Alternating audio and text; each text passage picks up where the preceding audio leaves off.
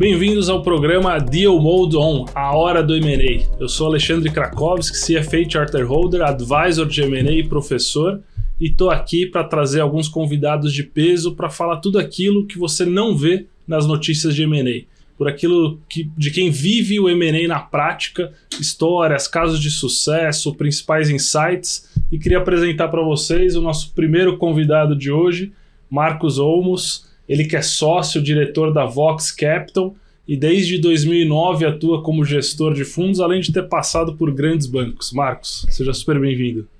Bom, boa tarde, muito obrigado aí pelo convite. Acho que é um assunto tremendamente interessante e relevante para a audiência e para todo mundo. E, enfim, obrigado. O Marcos está vestido assim de camiseta preta porque ele investe em startups e grandes negócios. Ele vai contar um pouco mais para a gente como que é isso. E eu estou junto aqui também com o Daniel Grossi, ele que é sócio e também cofundador da Liga Ventures, a Liga que está desde 2015 falando sobre startups, inovação no Brasil em uma terra que não se sabia o que era inovação. Daniel, super bem-vindo também ao nosso programa. Isso aí, Ale. Obrigado pelo convite, super feliz de estar aqui discutindo esse tema que é mega relevante com gente muito boa. Boa. Para começar nossa discussão, eu queria trazer algumas notícias de destaque de transações que aconteceram no passado. E a primeira delas é uma realizada pela Vox Capital, um investimento realizado pela Vox, que foi um investimento na Cellcoin. É isso que aconteceu lá em 2019, depois disso muita coisa mudou. Marcos, o que você tem para comentar um pouco desse deal? Claro. Esse deal é muito relevante, ele é muito marcante, tanto na história da Vox como na história da empresa e também na evolução do acesso a serviços financeiros no Brasil, né? A Vox é uma investidora pioneira em investimentos de impacto socioambiental positivo no Brasil e a tese original da Cellcoin, que a gente viu lá atrás em 18 para 19, foi de inclusão financeira, porque a solução trazia, simplificando bastante, na palma da mão, todo o acesso que você tem numa casa lotérica, num correspondente bancário. Então, efetuar pagamentos pré-pagos, utilizar dinheiro para fazer pagamentos de contas. E aí você pensa isso em 18, né? Não era pré-pandemia, era uma inovação muito representativa.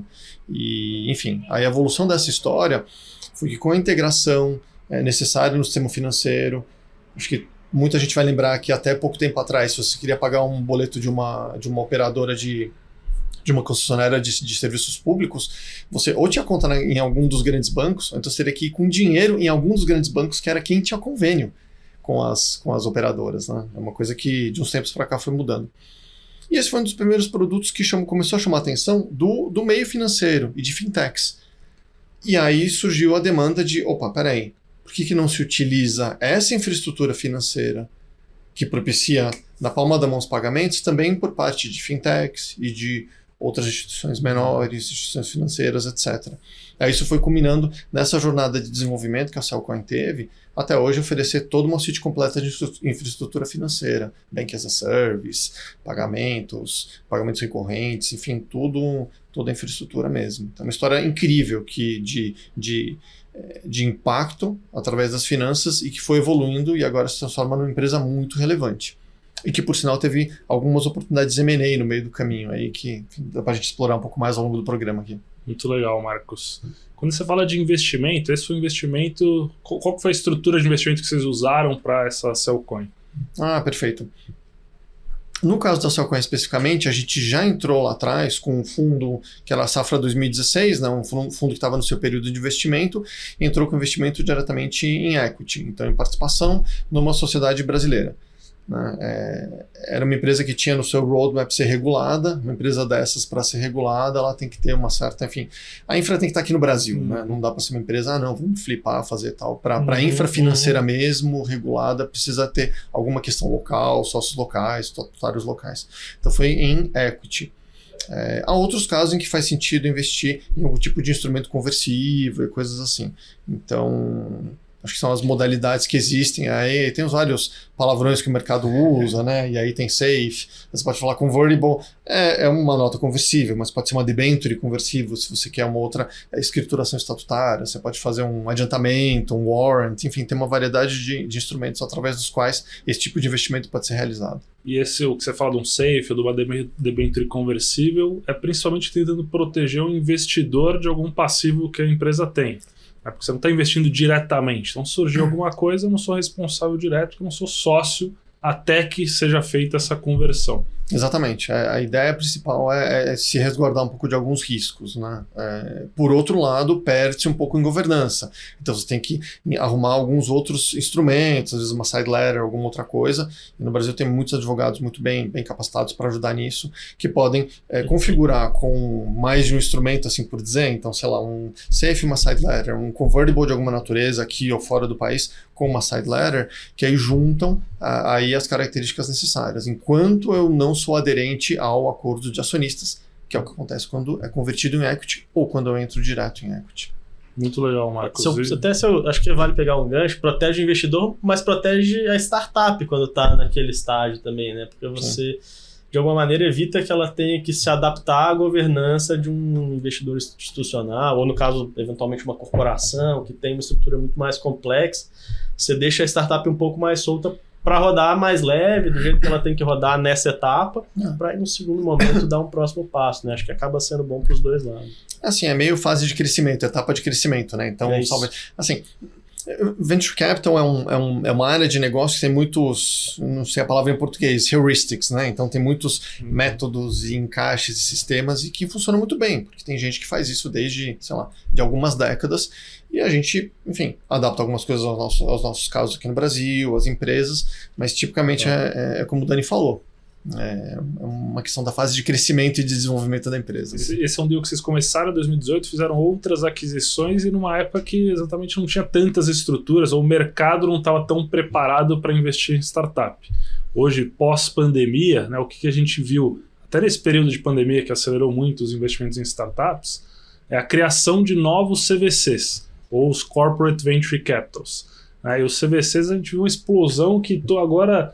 Todas as empresas querem ter um CVC, a gente foi ali de 10, 15 para mais de 100 em pouco mais de um ano. O Dani acompanhou isso muito de perto ali pela Liga Ventures. O que um CVC ele busca, né, na sua criação e na sua tese de investimento? Legal. Acho que pensando na estrutura de um fundo de Corporate Venture Capital, né, um fundo que tem uma corporação por trás, ele tem, de um lado, incentivos muito parecidos que um fundo de investimento em Venture Capital teria, ou seja, ele quer investir num ativo que vai se valorizar e ele vai ganhar o retorno disso numa eventual venda, numa eventual saída no futuro, mas ele tem um componente que é muito particular, que ele tem uma corporação, uma grande empresa por trás, que tem os seus interesses estratégicos por trás daquela operação ali. Então, acho que a grande diferença nesse componente é que, além de você ter os interesses de um fundo de venture capital, você tem os alinhamentos estratégicos que você vai buscar entre aquela startup que está sendo investida e a corporação. E quais são as alavancas dos dois lados? Como aquela corporação consegue gerar valor, valorizar aquele ativo ao longo do tempo e como aquela startup vai trazer um ganho estratégico, um diferencial competitivo para aquela corporação. Eu acho que esse é o principal componente essencial ali que diferencia de um fundo de venture capital tradicional. E falando em CVC, a própria Vox criou alguns CVCs e entre eles a notícia que vocês estão acompanhando da criação do CVC da Copel. Marcos, como é que foi a tese por trás da criação desse fundo e o que ele está buscando em investimentos olhando para frente? Perfeito. Quando a gente pensa como Vox no conceito de CVC, a gente, antes de mais nada, busca corporações muito alinhadas com o que a gente entende como a tese de impacto. Então, pensando em impacto socioambiental positivo, a gente vê na Copel, e a Copel enxergou também a recíproca na gente, esse potencial de, através do futuro da geração e distribuição de energia elétrica, em suas mais variadas verticais, como um canal muito relevante para uma melhoria no aspecto ambiental. Então, se a gente for pensar, tudo consome energia elétrica. E energia elétrica, tudo bem, no Brasil a gente tem uma matriz limpa, pensando na energia hidrelétrica, etc., mas você tem períodos de seca nos quais você tem que ativar usinas termoelétricas, enfim, algumas são ainda, inclusive, a carvão e tudo mais, e você tem, acho que, uma variedade de mudanças e potenciais revoluções no mercado de energia que a Copel, que já tinha o seu programa de aceleração e tudo mais, então já tinha uma cabeça de inovação, chegou num momento muito interessante que a gente também, como Vox, estava vendo uma tese ambiental. E aí o conjunto de intersecção da nossa tese ambiental com a tese que a Copel tinha de inovação em geração de energia, geração distribuída, novas matrizes, fontes renováveis, etc., energia limpa e tudo isso, a gente casou aí os interesses e aí montou esse CVC. E como que funciona ano de 23. Como é que funciona a gestão disso? Então, vocês tomam as decisões de investimento, a Copel coloca o dinheiro, como que é a relação entre as duas, a Vox e a Copel? Claro, especificamente no fundo Copel, o que a gente faz é que toda a geração, vamos dizer assim, a originação dos negócios, leads, pipeline, etc., a gente lidera. Claramente, como a Copel já tem uma envergadura nesse mercado, já tem o seu programa, vem coisa também da Copel. Mas essas são etapas que estão a cargo da nossa governança e do expertise que a gente foi criando no mercado e também da envergadura que a gente tem no mercado de Venture Capital, para ter a correta seleção, selecionar os bons founders, as empresas interessantes. De novo, né? Eu gosto de ver isso muito como uma série de diagramas de Venn, né? Então, achar a intersecção entre o que é a tese de um, a tese do outro, bons founders, bons negócios, um pouco de futuro do futuro, às vezes, como eu gosto de pensar, é aí onde a gente intersecta. Então, aí a gente conduz esses deals, a gente faz toda a nossa avaliação. Então, aí nisso acontece uma avaliação relativamente semelhante a uma avaliação de VC tradicional, a avaliação do negócio, modelo, founders, por quê, que problema resolve, etc. A gente olha sobre o prisma de impacto, que é uma coisa única nossa, né? Então pode ser através de uma teoria da mudança formal ou outras ferramentas que a gente utiliza, mas muito pensando na causalidade, né? Por que se está fazendo aquilo? Qual é o objetivo daquela empresa? E qual é o tipo de assimetria, desigualdade, nesse caso de natureza ambiental, que eu posso eventualmente acabar reduzindo. E aí entra o layer do estratégico, como o Dani estava falando, da corporação. Então aí há uma interação com as áreas da empresa, que são os sponsors, então pode ser variadas diretorias, bastante sob a batuta da diretoria de inovação lá, e aí a gente conduz o deal até levar para um comitê de investimentos, no qual há um mix de membros da Vox e da Copel para, em colegiado, decidir e avançar no investimento do deal. Falando desses investimentos, ele entra no investimento para ter uma saída. Então, a gente tem alguns casos aqui na sequência de deals que foram concluídos. Então, a própria um deal da Vox, que foi a Vitalk. Esse foi um exit concluído com sucesso. O que aconteceu nesse exit? Esse é um deal muito interessante, né? Esse deal a gente poderia chamar de um early exit, né? Porque a gente investiu na empresa e dentro do mesmo ano acabou recebendo uma oferta, e uma oferta muito interessante. Então a Vitalk era uma plataforma de saúde mental, algo que durante a pandemia andou muito bem, é algo que, vamos dizer assim, mesmo depois da pandemia, continua sendo um assunto muito relevante, as questões de saúde mental, mesmo com a volta de presencial, enfim, o mundo não acabou, mas as questões de saúde mental elas permanecem. Acho que todo mundo conhece gente, tem acesso, enfim, experiências relacionadas a essa área. Eu acredito muito fortemente na questão da saúde mental como um componente muito relevante de atendimento primário, de cuidados com a saúde, também patologias e somatizações que podem acontecer em decorrência disso, né? É muito importante. E aí, no caso da Vitalk, a gente investiu pensando exatamente nisso, ou seja, o impacto na saúde mental do indivíduo. Era essa a tese. E quando a Gympass veio, a Gympass abordou a Vitalk, enfim, não era algo solicitado, não era algo que estava no roadmap imediato, mas acho uma coisa que pegou muito forte para a gente, além do engajamento do founder, um founder muito diferenciado nessa empresa, o engajamento do founder com o deal, com, poxa, isso aqui transforma a empresa, transforma aquilo que eu criei. A gente pensando no impacto, entendeu ser muito relevante eu partir de algumas centenas de milhares de usuários na plataforma versus alguns milhões de usuários potencialmente numa Gympass. Então aí você vê, a gente não vai caracterizar a Gympass como uma empresa de impacto, mesmo porque a gente tem uma participação muito pequena na troca de ações que aconteceu, mas foi muito relevante. Tanto é que agora, a gente tem a plataforma da Gympass de saúde mental, ela tem forte inspiração, é fortemente baseada no que foi a herança da Vitalk. Então a gente vê como uma coisa que a gente investiu faz a diferença na vida de muita gente aí. E a gente vê muitos fundos que entram, né, com esse investimento inicial, 1 milhão, 2 milhões, 5, 10, às vezes fazendo um follow-on, e vê uma startup que começou ali muito pequena, ganhar corpo e buscar uma saída. Só para ter uma ideia, uma dimensão, qual que é o ticket médio que vocês têm feito no fundo? Ele muda um pouco por setor? Como que é essa cabeça do investidor? Claro, a gente acaba, como a gente tem uma variedade de fundos, né, a gente divide os nossos fundos talvez em 2 grandes segmentos, né? Os fundos de vertical, que são esses CVCs, eles acabam investindo o que a gente chama no Brasil de early stage, enfim, lá fora é outro conceito, outro tamanho early stage, né? Mas o que a gente chama de até um Series A. Então, o que é seed, um pré-seed, uma extensão de um pré-seed, uma extensão de um seed até um série A, é aí onde a gente entra como fundo vertical. Posterior a isso, a gente tem o nosso novo kit de fundos, que aí a gente tem um fundo de growth e que ele investe a partir daí, de série A em diante, cheques um pouco maiores. E a ideia é tentar pegar a variedade das curvas J que existem, curvas J que existem, né? Porque não tem só uma curva J, né? Então, você tem a curva J ali, daquele momento, mas pensando em Series A, você tem outra curva e você vai tendo as curvas que vão se formando. Então, a ideia foi realmente preencher esse espaço, que pensando em investimento de impacto, nunca foi muito povoado esse espaço, né? de investimento. Então, para contei todo esse preâmbulo para poder te dar a resposta objetiva, né? Nos fundos iniciais, a gente investe algo em torno de... Fizemos já investimento tão pequeno quanto 2 milhões e meio de reais até cerca de 10 milhões de reais. E aí o de growth a partir desse patamar para cima. Às vezes você tem um follow-on e tal, assim, pensando no primeiro investimento, né? Os follow-ons, às vezes, eles transcendem um pouco essas regras, dependendo do tamanho, da relevância, né? E isso, de fato, muda o jogo da startup. Uma startup pequena recebe ali uma rodada, né, que se soma esses 2 milhões com outros milhões de outros fundos.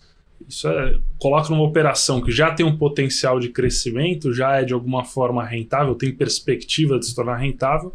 Isso vira o jogo da startup, faz ela ganhar escala e competir muitas vezes com os incumbentes ou com os grandes que estão há tanto tempo no setor. Você falou um pouco da Série A, né? Um deal de Série A, que também é um destaque que aconteceu recentemente, foi a Uelo. Ela recebeu uma Série A de 17 milhões, participaram ali alguns fundos, entre eles também o Souza Cruz, e é uma startup que passou pela liga, o Dani conseguiu acompanhar ela nesse começo da jornada, e após essa Série A, ela ainda fez uma nova saída. Dani, como é que foi o começo dessa startup? Onde que apareceu essa perspectiva de receber um aporte desse tamanho e começar a crescer? Legal. A gente sempre trabalha, acho que um pouco diferente do modelo da Vox, a gente sempre trabalha deal by deal, negócio por negócio, né? E a gente tinha uma demanda em um dos nossos programas com a Souza Cruz, agora BAT Brasil, de otimizar uma parte da operação logística da Souza Cruz. A operação logística da Souza Cruz, o BAT, é um negócio absurdamente grande, né? Que atua no país inteiro, milhares de veículos rodando diariamente, passando em centenas de milhares de estabelecimentos. E eles enxergavam que tinha uma oportunidade bastante grande de ganho de eficiência e até de sinergia para potenciais novos negócios ali nessa frente. E foi quando então a gente apresentou para eles a Uelo, que é uma startup que justamente cuida dessa parte de gestão, operação logística, atuando muito no last mile, muito ali na última milha, e que também tinha uma plataforma de crowd delivery, então motoristas, entregadores fazem parte dessa rede e se somam ali para fazer entregas na plataforma.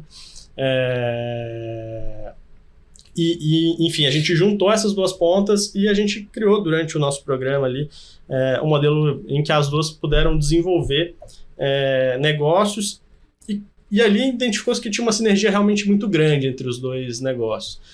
Era um deal que, quando eles começaram a trabalhar, não havia necessariamente uma intenção de um investimento, o objetivo era a geração de oportunidades em conjunto, mas eles viram que tinha uma sinergia grande e que a BAT poderia gerar valor para a startup, e ela gerando valor para aquela startup, aquele ativo iria se valorizar. Então, para criar um alinhamento de interesse entre esses dois, a BAT, por meio do Bit2Morrow, que é o Bit2Morrow Ventures, que é o fundo global da BAT, fez um aporte financeiro e que veio a compor ali o que foi investimento série A na Uelo, para dar esse próximo salto. Então, a sinergia deles foi tão grande que eles quiseram fazer esse aporte e andarem de mãos juntas ali. O crescimento da Uelo é retorno para a BAT, nesse caso, e a BAT tem incentivos para, então me ajuda aqui, vamos deixar essa plataforma mais redonda para o que eu preciso, porque você é meu sócio, você é meu parceiro nessa empreitada. Interessante que a startup ela tinha a corporação como um cliente.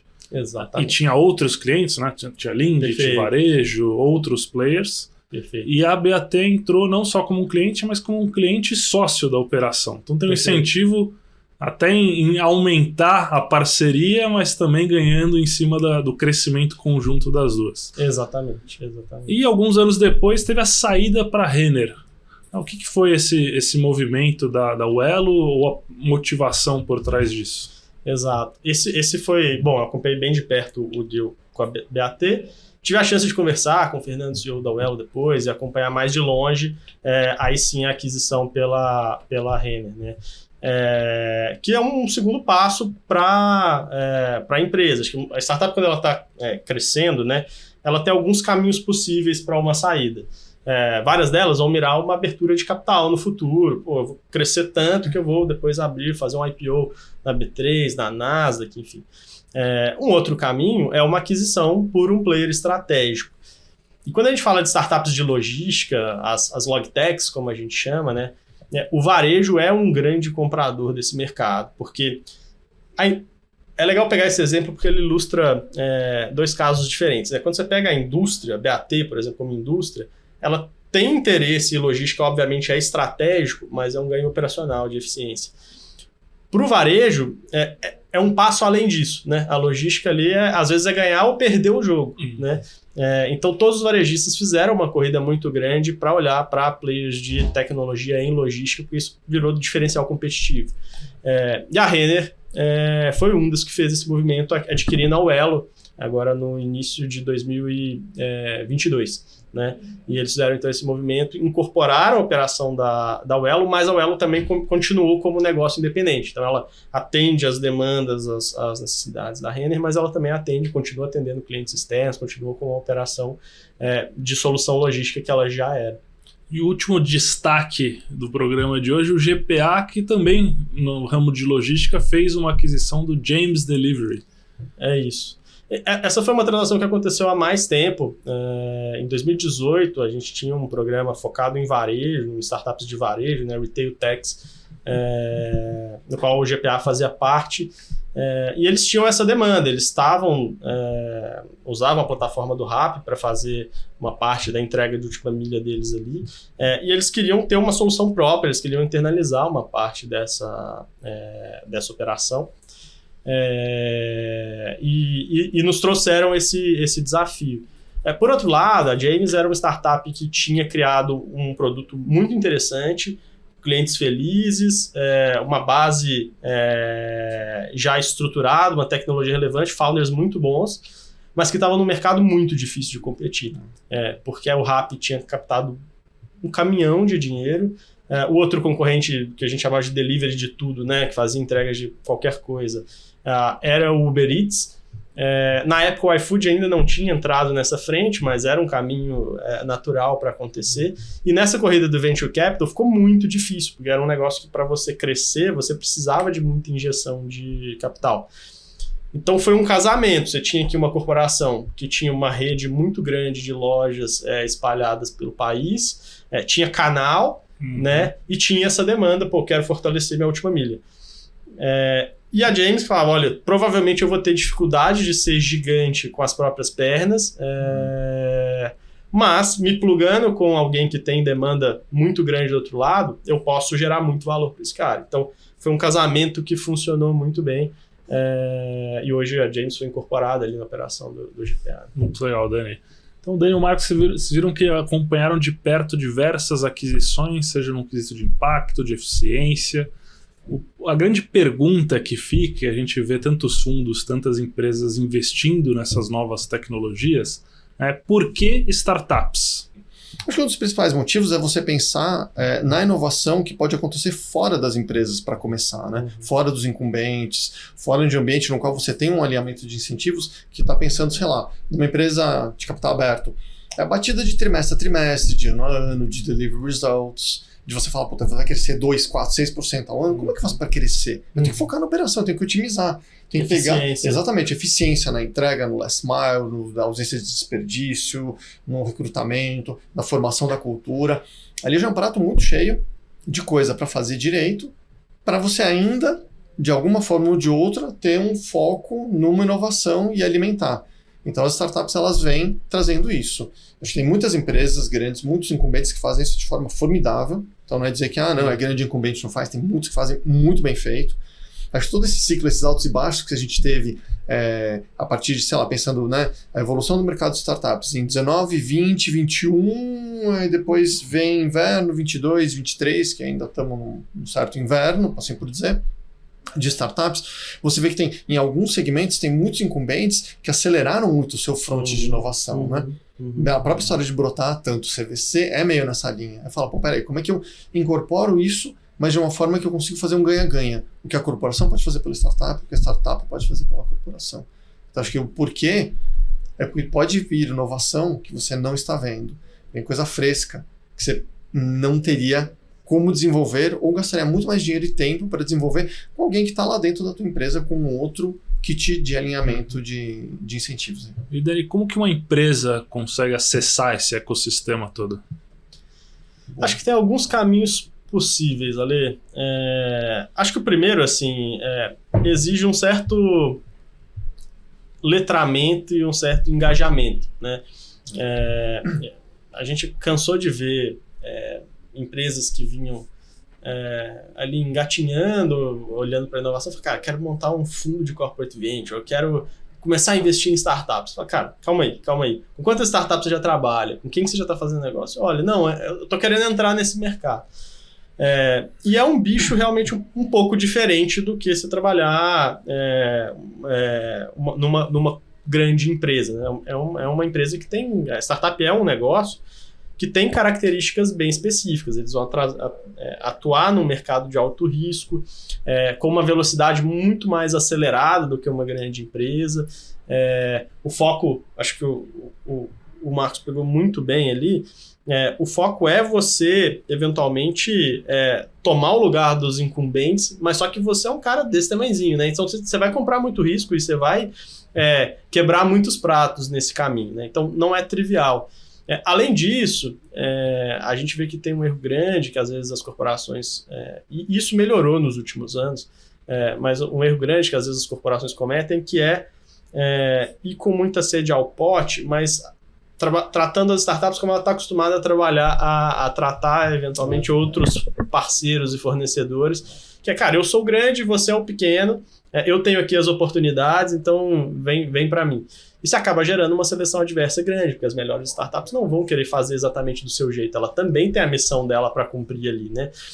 Então, eu acho que uma grande recomendação para as corporações que querem trabalhar com startups é começar a, de fato, se envolver com esse ecossistema. Conversa com muita startup, participa de evento, conversa com players como a Vox, como a Liga, e outros players que fazem um trabalho muito bom nesse setor, e começa a entender a dinâmica desse negócio, começa a desenvolver negócio, bota uma oportunidade ali. Pô, quer começar a investir? Faz um primeiro investimento, depois de entender isso com calma.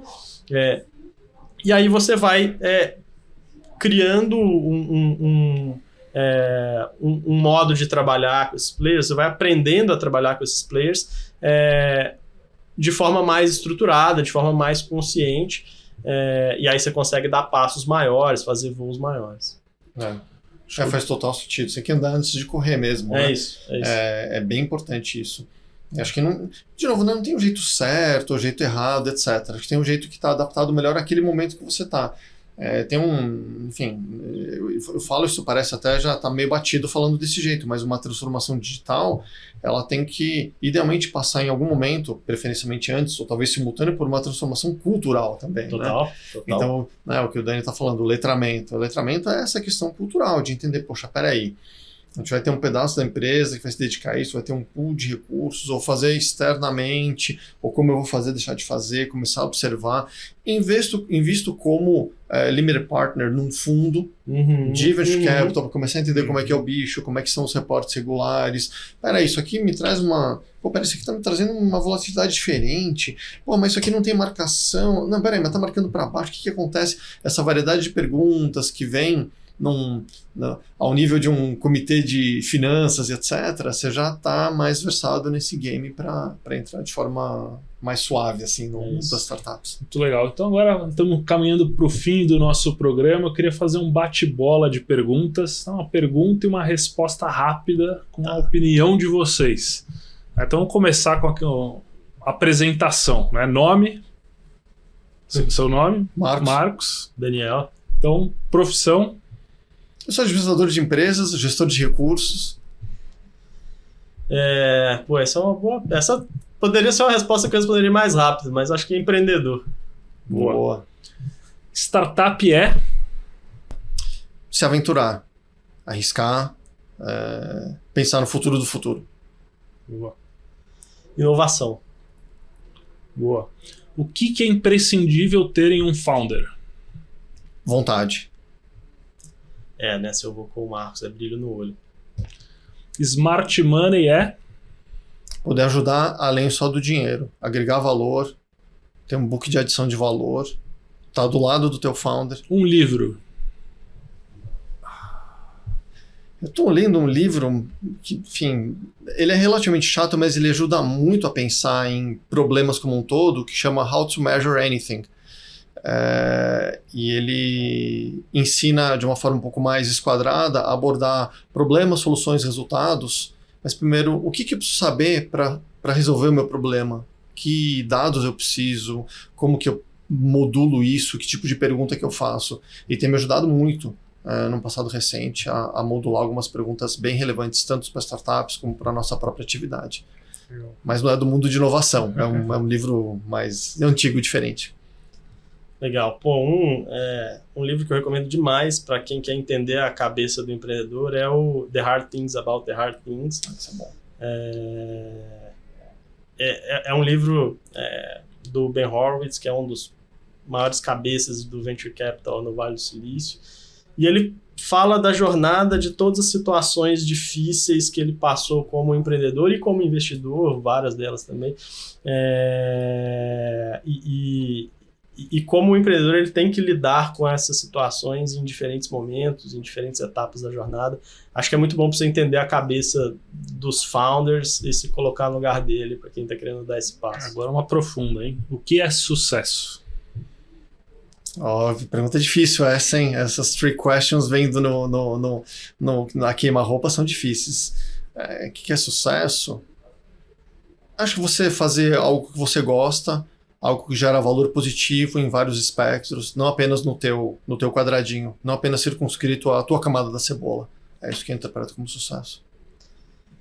É isso, eu acho que é você conseguir chegar num lugar que te faz feliz, que é o lugar que você queria chegar. Acho que...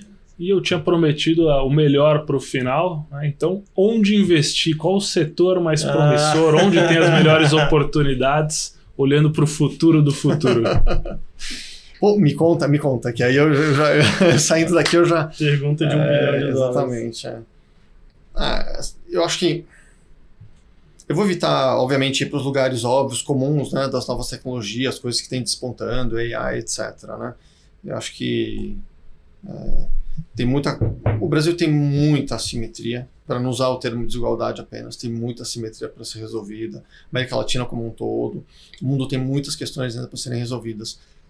A gente está acho que com muito interesse na área ambiental como um todo, que tem uma variedade de soluções, sejam elas de reflorestamento, de agricultura regenerativa, de tratamento de águas, etc., que vão impactar diretamente como a gente mesmo vai viver nos próximos X anos, filhos, netos, etc. Então eu estou muito interessado nesse tipo de solução, falando de uma forma muito, muito ampla. Talvez tentando afunilar um pouquinho, negócios que trabalham bem informações, dados. Parece batido isso, mas ainda é a mesma coisa, né? Se trata de informações, se trata de entender essas informações. Talvez daí venha até a referência do livro que eu estava brincando, How to Measure Anything, né? Que você consegue mensurar aquilo que você tem, o que aquilo te traz, onde que aquilo te leva adiante. Acho que como até pensando nas corporações, a variedade de regras de negócio que você tem, e a bagunça que é isso na maioria dos lugares, ou para não dizer bagunça, a infinidade de questões, relatórios, informações, interações que isso acaba gerando, acho que você acha startups que conseguem trabalhar melhor isso, sejam layers de tecnologia, ferramentas de inteligência artificial, etc. Por aí eu vejo uma vertical muito, muito interessante, muito promissora. E para terminar, na área de saúde, que é uma área também que a gente é bem atuante, tem muita coisa em biotech que está começando, assim, nas Américas está começando isso já a ganhar um ritmo um pouco mais forte. Tem gente que trabalha com isso há algum tempo, acho que tem uma variedade de verticais aí, pensando em saúde, redução de custos, redução de conflitos entre, poxa, é o hospital, é o operador, quem paga o quê, ficou mais caro, não ficou. Acho que por aí também tem muita coisa interessante. Fraude também, processos, e é isso. Legal. Eu gostei do gancho que o Marcos colocou, pegando a questão dos dados, né? Acho que, quando a gente vai conversar com as grandes empresas e entender quais são as dores ali, 9 entre 10 dores passam por problemas de dados. Então, isso está sendo agora muito materializado, a hype do momento, na inteligência artificial. Mas é fato que, cara, todas as rodas de conversa com VCs, empreendedores, corporações vão passar por discussões ligadas à inteligência artificial no momento, mas as aplicações disso são muito grandes. Assim. E até lembrando algumas conversas antigas que a gente teve, e acho que continuam sendo verdade, de fato, assim, o Brasil tem muito problema para ser resolvido, né? Obviamente a gente fala, as startups elas têm que se internacionalizar, elas têm que olhar para mercado global, todo mundo gosta de colocar isso no discurso, mas o fato é que a gente tem muitos problemas aqui no nosso país que são tipicamente nossos.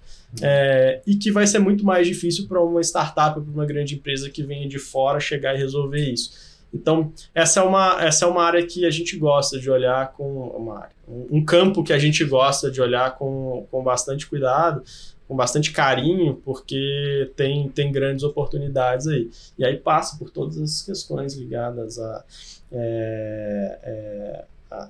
questões ambientais, sociais, que são muito características do nosso país. É incrível pensar que você tem... Não sei, acho que a gente está muito acostumado aqui com São Paulo, né? São Paulo, Rio, Floripa, etc., né? Sei lá, BH. Não faz muito tempo eu estava fazendo uma mentoria num programa de aceleração do Nordeste e tinha um pessoal, tinha umas founders, mulheres, montando uma empresa, enfim, da área da saúde, e eu fiquei pensando, poxa, mano, já consigo pensar uma meia dúzia de empresas que já faz isso. Uhum. E no interior do Maranhão não tem. Uhum. E essa inovação não chega.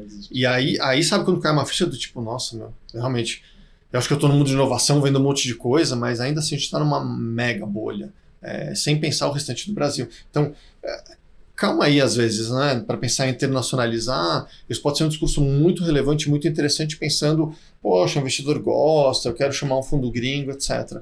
Mas acho que você consegue resolver, na escala das oportunidades que a gente tem no Brasil, consegue resolver essas questões, vai ganhar muito dinheiro de qualquer jeito e vai fazer a diferença. Legal, Marcos, Dani, muito obrigado pela participação de vocês. A gente teve um papo aqui desde estruturas de investimento, formação de CVCs, startups que foram investidas e depois fizeram a sua saída.